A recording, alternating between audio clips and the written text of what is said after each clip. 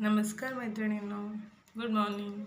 नवरात्रीचा हा दुसरा दिवस आणि आपल्या श्री सूक्ताचा हा 9वा श्लोक.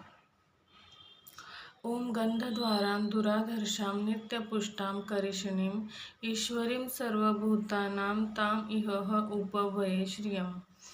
म्हणजे याचा अर्थ आहे की जिचे अस्तित्व मातीच्या आणि पिकांच्या सुगंधाने लक्षात येते.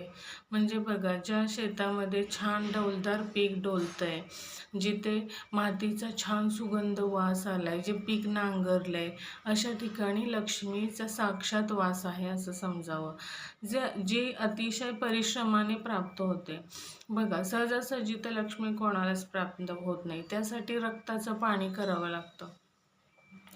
धनधान्याने समृद्ध असणाऱ्या, गोमय सर्वत्र पसरेल असे गोधन निर्माण करणाऱ्या, तर गोमय म्हणजे शेण, असे शेण, गाईचे शेण ही इतकी पवित्र गोष्ट आहे की मी त्याच्या शब्दात वर्णन नाही करू शकत. तर ते गोमय सर्वत्र पसरेल असे गोधन म्हणजे गाई, म्हणजे आपली आई. तर अशा गायी निर्माण करणाऱ्या व सर्वांच्या अंतर्यामी परमेश्वरी असलेल्या पृथ्वीरूप लक्ष्मी देवीला मी माझ्या